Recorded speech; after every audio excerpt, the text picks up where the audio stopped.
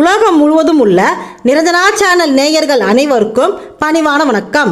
இப்போது நாம் வேண்டுதலை நிறைவேற்றும் சிங்கேஸ்வரரை பற்றி அறிய இருக்கின்றோம். செங்கல்பட்டில் இருந்து காஞ்சிபுரம் செல்லும் சாலையில் வலஜாபாத் அருகே அவ்வூர் என்ற இடத்தில் சிங்கேஸ்வரர் கோவில் அமைந்துள்ளது. வலஜாபாத்தில் இருந்து மினி பஸ், ஷேர் ஆட்டோ வசதி உள்ளது. ஒருமுறை சிவபெருமான் பஞ்ச சபைகளில் ஒன்றான திருவலங்காட்டியில் ஆனந்த நடனம் ஆடிய பொழுது சிங்கி என்று அழைக்கப்பட்ட நந்திதேவர் அந்த ஆனந்த கூத்தனின் நடனத்திற்கு மிருதங்கம் வாசித்துக் கொண்டு இருந்தார். அவ்வாறு மிருதங்கத்தை இசைத்துக் கொண்டிருந்த நந்திதேவர் தொழில் மீது இருந்த பக்தியின் காரணமாக கண்களை மூடிக்கொண்டு மிருதங்கம் வாசிப்பதில் லயித்து போனார். இதனால் சிவபெருமானின் நடனத்தை நந்தி தேவரால் காண முடியாமல் போய்விட்டது. தான் மெய்மறந்து மிருதங்கத்தை வாசித்துக் கொண்டிருந்த காரணத்தால் சிவபெருமானின் நடனத்தை தரிசிக்க முடியாமல் போய்விட்டதே என்று நினைத்து கவலையுற்றார்.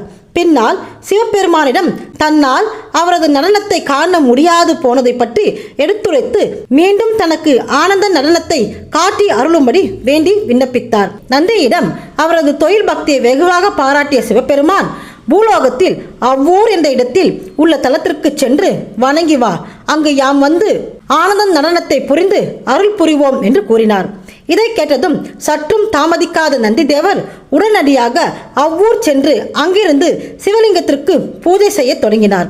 அவரது இடைவிடாத பூஜையின் காரணமாக அகமகிழ்ந்த ஈசன் தனது அன்பரின் கோரிக்கையை நிறைவேற்றும் முகமாக அந்த தலத்திற்கு வந்து நந்தி தேவருக்காக மட்டும் மீண்டும் தனது நடனத்தை அங்கு ஆடி காட்டினார். சிங்கி என்ற நந்தியர் வணங்கிய தலம் என்பதனால் இங்குள்ள இறைவன் சிங்கேஸ்வரர் என்று அழைக்கப்படுகின்றார்.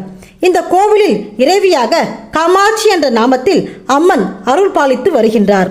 நந்தியின் வேண்டுதலை நிறைவேற்றியது போல் நம்முடைய வேண்டுதலையும் நிச்சயம் சிங்கேஸ்வரர் நிறைவேற்றுவார். ஆம், சிவன் என்றாலே தாயும் மாணவர் தானே.